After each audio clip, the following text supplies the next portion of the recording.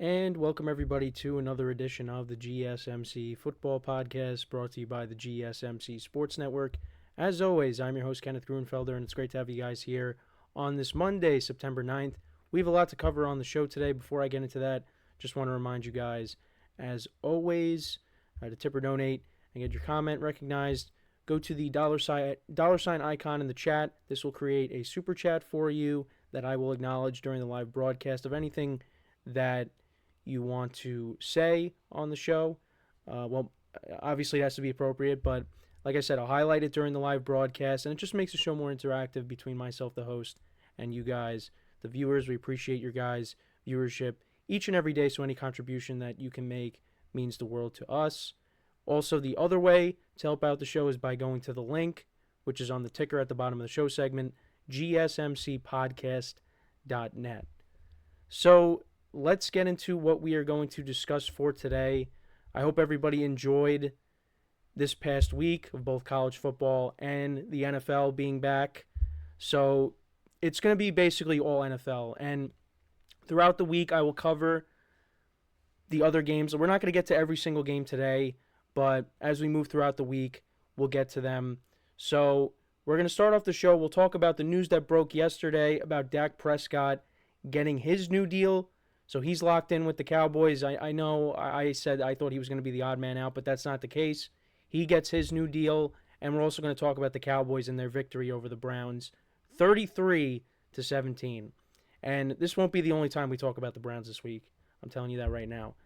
Then in the second part of the show, we'll talk about Jordan Love's injury on Friday. We'll get into talking about the Brazil game as well, what the timetable is for Jordan Love, the Packers starting quarterback. Then in the third part of the show, we'll talk about last night's Sunday night game between the Detroit Lions and the LA Rams. The Lions once again defeating the Rams in overtime 26-20. Then we'll talk about the rookie quarterbacks and how they did over the weekend in their debuts as well. And then in the final part of the show, we will preview tonight's game between the Jets and the 49ers as Aaron Rodgers makes his return. So let's get into the first topic, which is talking about the Dallas Cowboys. And like I said, news broke yesterday. Dak Prescott gets his new contract, a 4-year, $240 million extension, $231 million guaranteed, and he becomes the first player to earn $60 million per year. So Dak ends up getting his money. And again, I'm going to admit, I was wrong. And that just goes to show you how the negotiation process goes and just how you just don't know anything.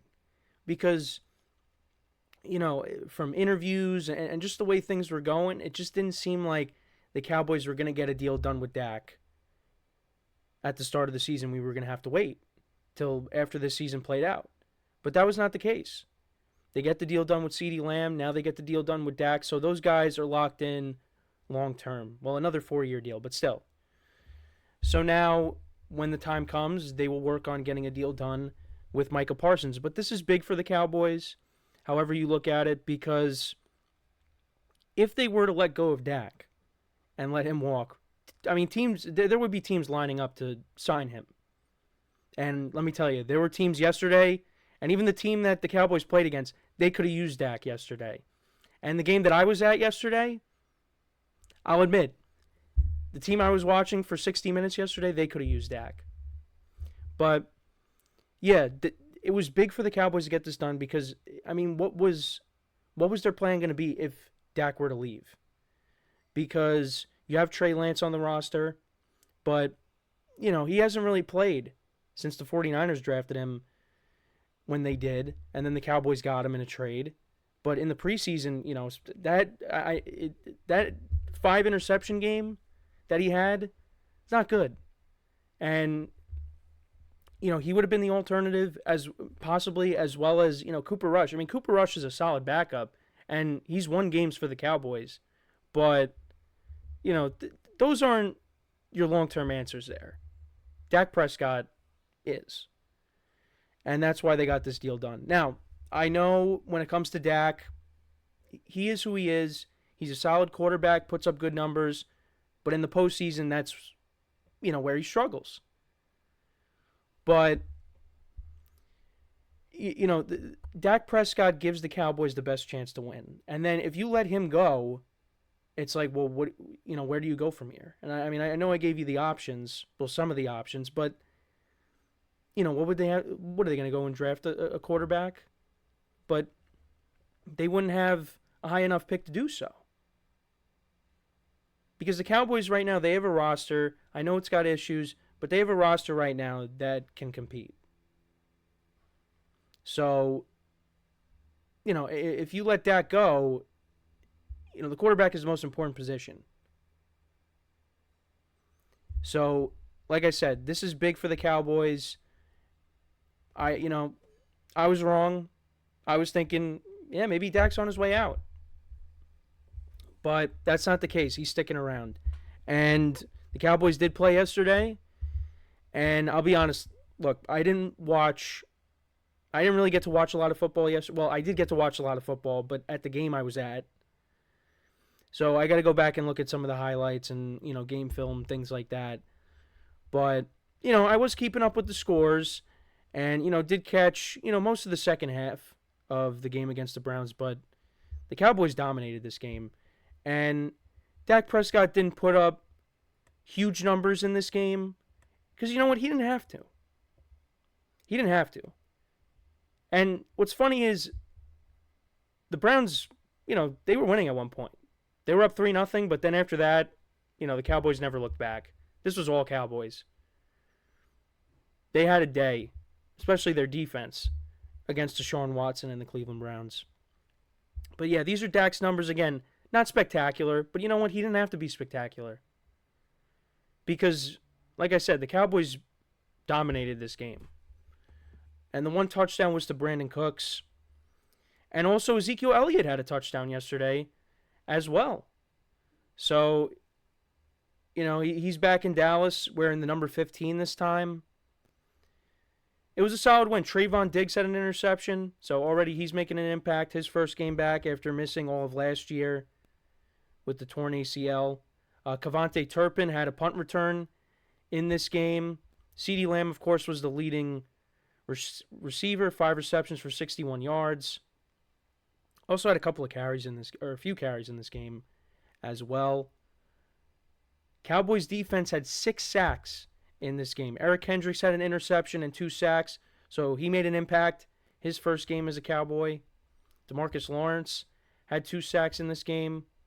Michael Parsons had a sack. And also their stud kicker, Brandon Aubrey. 4 for 4 on field goals. He made a 57-yarder. He was 3 for 3 on extra points. He's a real weapon for them. He's one of the best kickers in the NFL. And he showed that yesterday once again. But yeah, all around, solid victory for the Cowboys. I mean, they only ran the ball. They ran the ball for over 100 yards, 102 yards. Zeke had 40 yards on the ground. Rico Dowdle had 26. Dalvin Cook was not active for this game, but you figure he's going to be involved in the rotation at some point. But it was a good victory for the Cowboys. Can't really complain about that. They'll be playing the Saints next week, who absolutely destroyed the Panthers yesterday. We won't get to them, but we'll, like I said, we're going to go throughout the week, and I'll try to get to every single game. Give each game, some love, of course. But yeah, overall solid victory for the Cowboys, but for the Browns, I mean, that was as ugly as it could get, especially for their quarterback, Deshaun Watson. He did not play well in this game. His stats on the day from yesterday, he went 24 of 45 for 169 yards, 1 touchdown, 2 interceptions. Also ran the ball for 39 yards. David Njoku was their leading receiver. He had 4 receptions for 44 yards. I think he left this game with an injury. They could have scored another touchdown in this game. Amari Cooper, had it in his hands, but he dropped it. Not that it really would have mattered. But, yeah, that was bad. That was bad. Deshaun Watson was not good. And that is going to be an issue for the Browns. Because, you went up against a good Cowboys team. I'd probably put them, close to this, around the same group of teams. Because the Browns have a very good roster. And they made the playoffs last year. They got a good head coach. They got a good defense. I like their skill position players. Their offensive line is solid. Although they were missing, Jarek Wills didn't play in this game yesterday. One of their offensive linemen. But the quarterback is going to be the problem. And I said that throughout the year, you're going to see an inconsistent Deshaun Watson. Like, I do think Deshaun Watson at times is going to have his moments. But then you're going to have games like this. And if the Browns are going to want to go very far this year, Deshaun Watson has to play better. And he just did not play well. And it's not like it was against a bad team. Now, if it's against a bad team, that's, even worse. Cowboys are going to be good. And Deshaun Watson did not play well. And also, I just want to say, you see how that quarterback in Tampa's playing. Although you could say, well, he was playing against a bad Commanders defense. Maybe the Browns are having those internal conversations like, maybe we should have held on to that guy. Maybe we should have held on to him. But that's a conversation for a different day, which we will have that conversation in the coming days this week. But overall, good performance for the Cowboys. Look, I know it's one game, but people had their concerns. Look, if they stay healthy, this team's going to win their fair share of games, and they'll be in the playoffs.